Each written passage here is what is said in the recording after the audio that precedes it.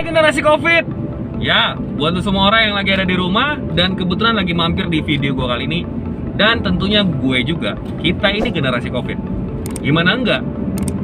Setahun terakhir, gue lihat di mana-mana di media sosial udah banyak meme yang beredar buat saudara-saudara kita, teman kita yang lahiran, lulusan pendidikan, masuk pendidikan, bahkan sampai yang married pun, yang menikah pun kita ucapkan selamat menikah buat kalian generasi COVID.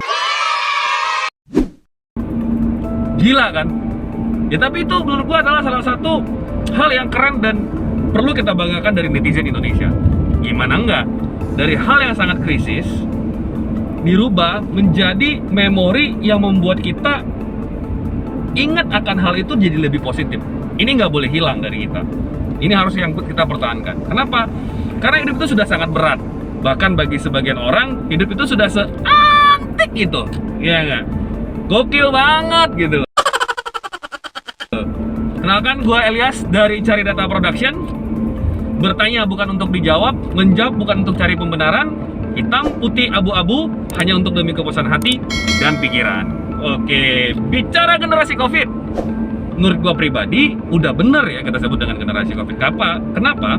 Karena kalau berdasarkan teori generasi oleh Strauss and Howe, menyebutkan bahwa generasi itu dibedakan dari cara pandang yang dilihat, cara etika, cara berpikir, apa yang disuka, sehingga beberapa generasi itu diteliti oleh para peneliti-peneliti ini, itu dibedakan terhadap 6 generasi yang berdasarkan tahun kelahiran.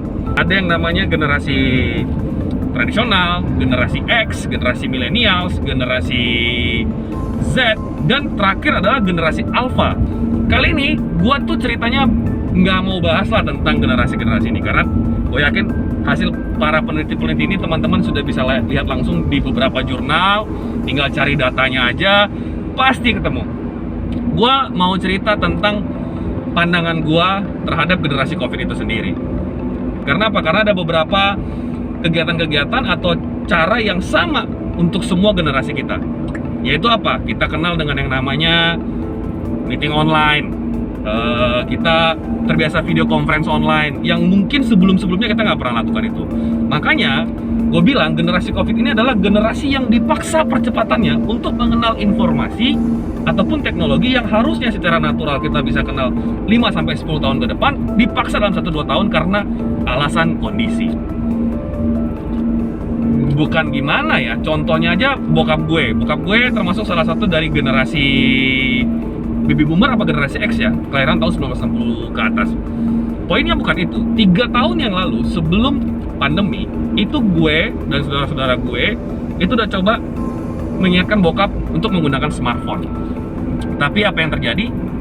Bokap gue selalu dengan jawaban, udahlah, papa tuh udah tua, udah nggak perlu lagi lah smartphone, udah biarin aja, papa pakai handphone, mobile handphone yang biasa aja, yang bisa SMS sama telepon. Meskipun begitu, akhirnya tetap Januari 2020 kita belikan dia handphone smartphone, tapi dia tetap tidak mau pakai. Ternyata setelah pandemi, bulan April bulan 5, karena dia bosen ngeliat informasi yang di TV hanya bicara ketakutan, akhirnya bokap gua pribadi memutuskan mengakses YouTube. Kebayang dong, bokap gua yang udah 70-an, yang tadinya nggak mau dan akhirnya dipaksa oleh kondisi. Sekarang nelfon gue cuma satu, nanya, paket internet papa udah diisi belum? Gokil nggak? Gila. Percepatan artinya apa? Artinya semua generasi tadi, mau itu generasi alpha, millennials, itu mengalami percepatan informasi. Apakah ini hal yang baik, hal yang buruk, itu menjadi pertanyaan buat kita masing-masing. Tapi bagi gue pribadi, yang namanya percepatan itu adalah perubahan momentum. Adanya hal yang tadinya kita belum terima, kita terima dengan lebih cepat, dan kondisi ini dipaksa. Menurut gue pribadi, secara mental dan pikiran kita bisa terganggu. Kenapa? Karena kita harus bisa mengenal 5-10 tahun lagi, kita dipaksa. Bisa jadi hal yang bagus, bisa jadi hal yang buruk sebenarnya. Nah, kecepatan informasi tadi itu banyak yang membuat kita nggak siap.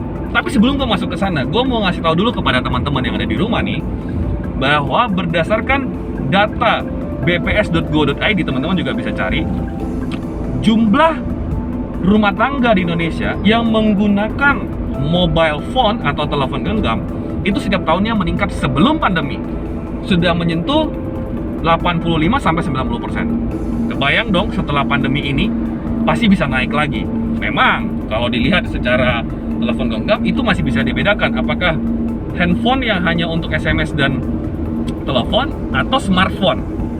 Tapi kalau gue nge-quote dari Kata Data, website Kata Data, ternyata diprediksi sampai tahun 2025 nanti akan ada 85% penduduk Indonesia yang menggunakan smartphone. Kebayang dong, satu handphone yang betul-betul bisa diakses begitu banyak, yang tadinya kita tidak terbiasa jadi terbiasa. Kenapa gue bilang kita tidak terbiasa jadi terbiasa?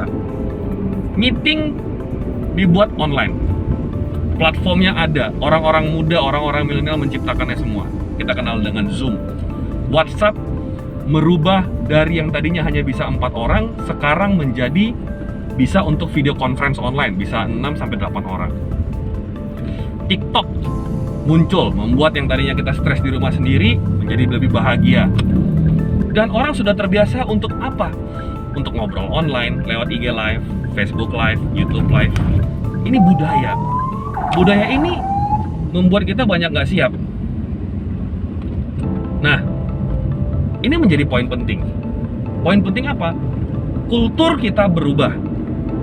Value kita berubah. Apa yang kita lihat menjadi bukan lagi sekedar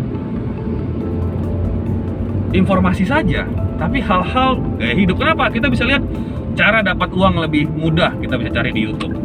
Cara jadi orang pembicara, cari di YouTube. Cara jadi apapun sekarang banyak banget yang bikin. Dan pertanyaannya adalah, apakah kita tahu cara itu sudah teruji atau tidak? Kita tidak tahu. Itu yang gue bilang perubahan value. Kebayang dong, data lagi membuktikan tindakan-tindakan radikal yang terjadi di dunia saat-saat ini karena informasi yang bisa diakses dengan mudah melalui internet. Keren nggak? Keren. Sekaligus berbahaya. Hoax beredar di mana-mana. Apa medianya? Internet. Dan orang akhir-akhir ini itu sudah apa ya namanya ya? Udah lebih ke arah malas untuk melakukan komparasi data. Yang menjadi lebih penting hanya siapa yang memberikan informasinya. Pada saat seorang influencer dengan influence yang lebih besar memberikan informasi A, maka akan ada kecenderungan orang untuk lebih tinggi percayanya. Padahal belum tentu informasi A yang diberikan oleh influencer A tadi adalah sesuai dengan data dan valid. Kenapa bisa terjadi seperti itu? Karena tadi informasi yang begitu banyak, sehingga kita dibungkus hanya bagaimana tampilannya. Kalau kita pernah dengar peribahasa don't judge the book from the cover, akhir-akhir ini kita sudah ngejudge semua orang dari tampilan yang ada di mana? Di media sosial. Ini menjadi pertimbangan. Soal ini baik atau buruk, memang yang bisa jawab kita masing-masing pribadi. Dan menurut gue hari ini kita sudah menggunakan smartphone itu sudah lebih banyak jamnya dibandingkan kita ketemu atau ngobrol physically dengan orang-orang yang ada di sekitar kita. Sebelum pandemi 2020, yang namanya orang hangout itu sampai ada yang bikin meme, teman-teman boleh cari juga, bahwa kalau lagi nongkrong bersama handphone harus dimatikan dan ditaruh satu tempat. Itu 2020. Sebelum 2020 maksud saya. Setelah 2020, teman-teman bisa lihat apa yang terjadi. Kita dipaksa harus menggunakan handphone untuk ngobrol dengan orang lain. Amazing kan? Amazing menurut gue. Nah, pertanyaannya adalah kita mau jadi seperti apa di kedepannya? Gak ada yang bisa tahu, kecuali kita sendiri yang bisa jawab. Sepenting apakah smartphone itu bagi kita pribadi? Benda yang kita lihat sebelum kita tutup mata setiap malam, dan yang kita cari pertama kali sebelum kita membuka mata. Bukan orang-orang yang kita sayangi, tapi handphone kita. Gua nggak tahu seperti apa akan ke depannya. Mungkin dunia virtual akan dipertajam. Karena apa? Karena sudah tidak cukup lagi sekedar bagaimana caranya menyambungkan ribuan orang. Teman-teman, kita lihat sekarang budaya yang terjadi. Nonton film sudah berbayar. Ada Netflix, ada Viu, ada Disney. Jadi hal yang lumrah. Pola bisnis yang berubah, bukan hanya pola nongkrong yang berubah, di mana kita sudah mendapatkan pembenaran bahwa online itu adalah jawaban. Meskipun pembenaran itu datang dari keterpaksaan kita harus social distancing. Gue nggak mau bahas benar salahnya, gue nggak mau bahas penting nggak pentingnya, tapi gue ceritakan pembenaran afirmasi bahwa online itu adalah jawaban. Dan memang fakta itu tidak bisa kita pungkiri. Semua meeting sudah di online. Tadi gue udah sebut ada Zoom, ada Google Meeting, ada Microsoft Teams, bahkan aplikasi-aplikasi dan platform lainnya bermunculan. Bisnis pindah ke smartphone. Karena apa? Karena kita tidak boleh keluar. Kita menikmati yang namanya di rumah aja dapat layanan. Bukan soal apakah itu jalan terbaik atau enggak, tapi afirmasi ini sudah dibentuk. Pembenaran bahwa smartphone adalah kebutuhan kita. Kebutuhan akses 24 jam membuat banyak orang akhirnya dikejar-kejar bahwa waktu itu semakin kurang. Sekarang dengan kecepatan informasi yang luar biasa, 24 jam membuat orang-orang sekarang harus. Percepatan informasi tadi membuat akses kemudahan terhadap hal-hal yang perlu menjadi perhatian kita. Seperti pornografi. Akses kepada pornografi hari-hari ini sangat mudah. Bahkan sudah jelas ada langganannya, dan peningkatannya berdasarkan data, peningkatan akses terhadap pornografi selama masa pandemi di tahun 2020 itu meningkat di seluruh dunia. Nah, ini menjadi pertimbangan kita bahwa hal-hal sekarang ini menjadi sangat mudah diakses. Meskipun pemerintah sudah melakukan blokir terhadap website, tetapi generasi-generasi sekarang adalah generasi-generasi yang mencari terus solusi.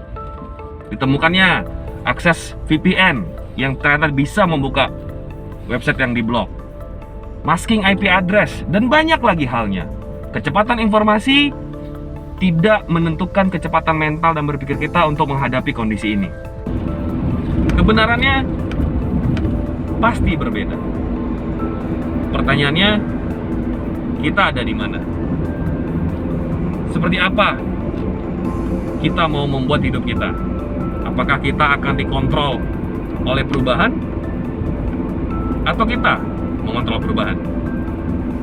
Teman-teman silahkan komen. Dan kalau memang ini menjadi urgensi kita di hari-hari sekarang, semoga kita bisa menjadi orang yang lebih baik lagi.